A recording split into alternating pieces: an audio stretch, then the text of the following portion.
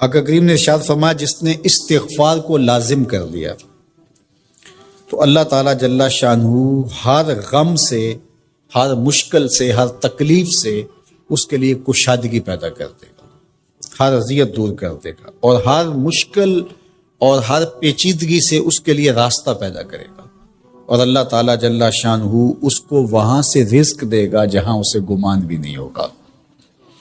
اللہ اکبر۔ حضرت انس رضی اللہ تعالیٰ عنہ سے ایک روایت سن لیجئے، کہتے ہیں کہ رسول کریم صلی اللہ علیہ وآلہ وسلم نے فرمایا کہ جس طرح تانبے کو، لوہے کو، دھاتوں کو زنگ لگتا ہے، اس طرح دلوں کو بھی زنگ لگتا ہے، اور فرمایا زنگ کو اتارنے کے لیے جو چیز بنائی گئی ہے وہ استغفار ہے۔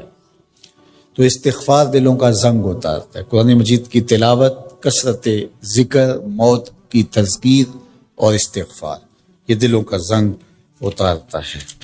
اللہ اکبر۔ تو یہ آپ کے سامنے جو احادیث رکھی گئی ہیں، اللہ ہمیں ان سب پہ عمل کی توفیق عطا فرمائے۔ کثرت کے ساتھ لا الہ الا اللہ اپنے معمولات زندگی میں شامل کریں، یہ تجدید ایمان کا ذریعہ ہے۔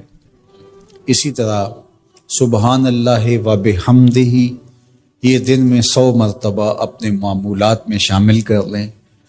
اگر سمندر کی جھاگ سے بھی زیادہ یا اس کے برابر بھی گناہ ہوئے تو یہ کلمات صرف 100 مرتبہ پڑھنے سے سارے گناہ بخش دیے جاتے ہیں۔ اسی طرح درود شریف کی کثرت، سورہ ملک کو یاد کرنا اور سورہ یاسین کی تلاوت کرنا 10 قرآن مجید پڑھنے کے ثواب کے برابر۔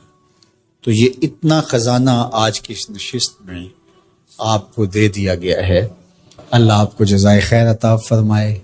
تو یہ یاد کر لیں ماہ صیام کے اندر، انشاءاللہ آپ کو بڑا نور نصیب ہوگا۔ بہت ساروں کو تو یاد ہوگی، اور جس کو نہیں ہے تو پڑھنا تو آج سے شروع کر دے سورہ ملک روزانہ۔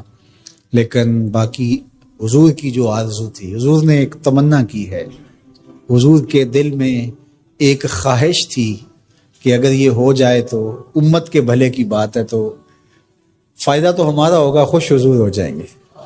اللہ اکبر۔ تو فرمایا کہ میری آرزو ہے کہ میرا ہر امتی سورہ ملک اپنے سینے میں سمو لے۔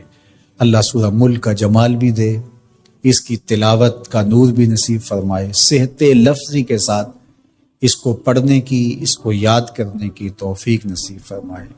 وہ سینہ قبرستان کی طرح ہے جس میں قرآن کی کچھ آیات نہیں ہیں، تو اس لیے اپنے سینے کو منور کریں، آباد رکھیں۔ اللہ آپ کو اپنی خاص عنایات نصیب کرے۔ ایک دن صحابہ سے فرمایا میرا دل چاہتا ہے کہ ہر مومن کے سینے میں سورہ ملک ضرور موجود ہو، یہ میری تمنا ہے، حضور نے فرمایا۔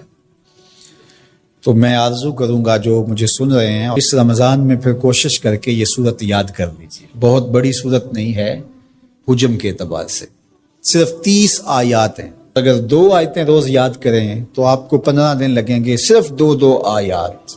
تبارک الذی بیدہ الملک وہو علی کل شیء قدیر، ایک تو یاد ہو گئی آپ کو، سبق کا آغاز ہو گیا۔ اب باقی 29 آیتیں رہ گئی ہیں۔ تو میں چاہوں گا کہ میرے جملہ سننے والے اور آپ جتنے لوگ موجود ہیں یہ ارادہ کریں، عزم مصمم کہ ہم نے سورہ ملک یاد کرنی ہے، اور یہ میری آرزو نہیں ہے، یہ میرے حضور کی آرزو ہے۔ اللہ اکبر۔ تو حضور نے فرمایا اِنَّ سورۃ فی القرآن 30 آیۃ، فرمایا قرآن مجید میں ایک سورت ہے جس کی صرف 30 آیات ہیں۔ اگر کوئی شخص اس سورت کی تلاوت کرتا ہے تو اللہ تعالیٰ جل شانہ اس کی برکت سے اس کی مغفرت فرما دیتا ہے، اور فرمایا کہ وَهِيَ تَبَارَكَ الَّذِي بِيَدِهِ الْمُلْكُ، اور وہ سورت ہے تبارک الذی بیدہ الملک، سورہ الملک ہے۔ مجھے امید ہے کہ آج جا کر ہی آپ جو ہے وہ اس سبق کو شروع کر دیں گے، اور اگر آپ کو 5 آیتیں بھی آج یاد ہو گئی یا 3 آیتیں بھی یاد ہوگی تو آپ کو لگے گا کہ کوئی مشکل کام نہیں ہے۔ تو اس رمضان المبارک میں سورہ ملک ضرور یاد کر لیجئے گا۔